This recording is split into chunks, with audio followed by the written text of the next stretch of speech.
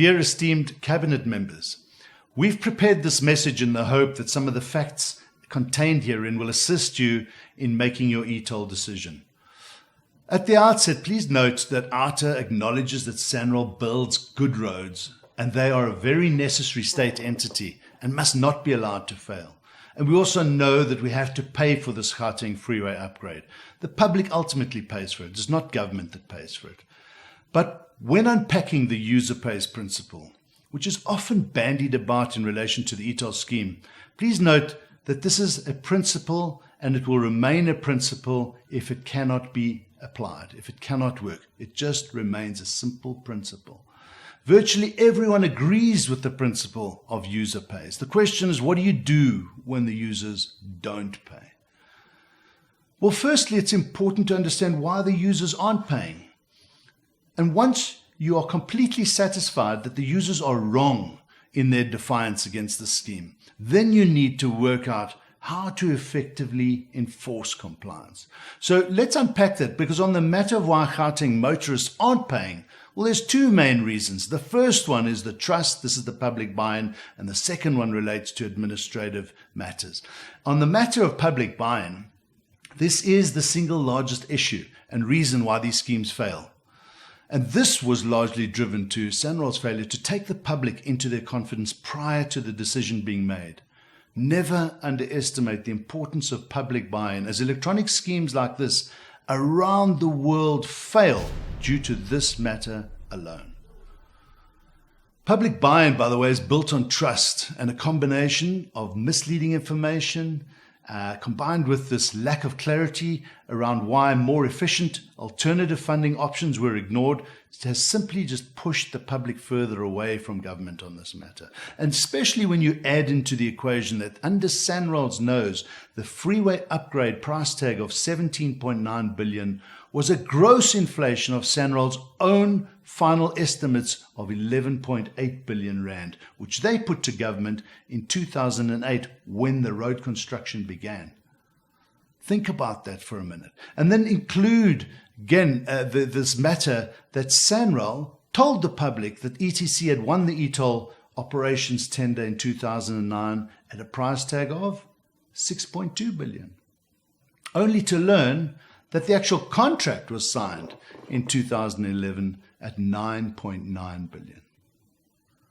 Administrative challenges was the second part to why people don't pay that I said earlier, and these are also reasons why people don't pay. Even if you get public buy-in, you need to ensure that the scheme is efficient in order to entice compliance.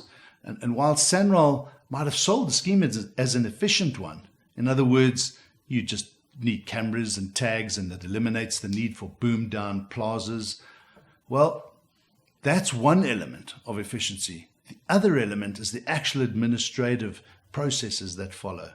And this scheme was subjected to many challenges which have led to its failure. Some of them is its reliance on an accurate vehicle registry system, which in our case is eNatus, and eNatus is not an accurate system. It also relies on an efficient postal service, and I don't need to tell you more about that.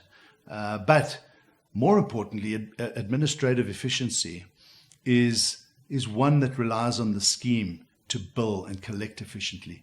And it doesn't do that. This scheme has thousands of transactions that involve cloned number plates and incorrect billing details that have just simply not been addressed by SANRAL or ETC. Here's one clear example of how unworkable the scheme is, and it plays out in the taxi industry, who have been given exemption from paying e-tolls. Well, then why is it that they are unable or unwilling to fit the 46,000 e-tags that have been provided to them to administer this free benefit of the roads?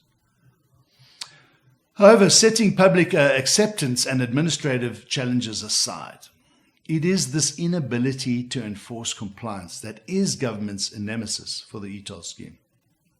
Because e-tolls is very different to the provision of other user pay services such as telecommunications, cell phone contracts, or digital TV. I mean, compliance for those services is easy to enforce because when people don't pay, well, the service provider simply cuts off the service. It's that simple for them, but it's not so simple for the e-toll matter, because how do you simply cut off the freeway network to those who don't pay, especially when there are 3 million motorists. That's 80% of them who are not paying. So after years of criminal record threats and 60% discounts to settle past debt and threats of withholding licenses, nothing worked. And Sanral eventually had to resort to desperate terms of summonsing and applying civil claims against e-toll defaulters. And after 2 years of even starting this litigious journey against OUTA and thousands of citizens, the legal case, the test case that was being formed, was put on hold by government in March 2019 and still remains on hold. Why is that? It's important to know that the legal validity of the e-toll decision remains a barrier to enforcement and will not simply evaporate if government chooses to forge ahead with e-tolling. So what we're doing here is we're urging you to understand why OUTA and the public at large are not your enemy, and that defiance on this particular issue is justified. And we've published our research and our proposed solutions in our 50-page position paper titled Getting Beyond the e-toll Impasse. And you can find that on our website at outa.co.za.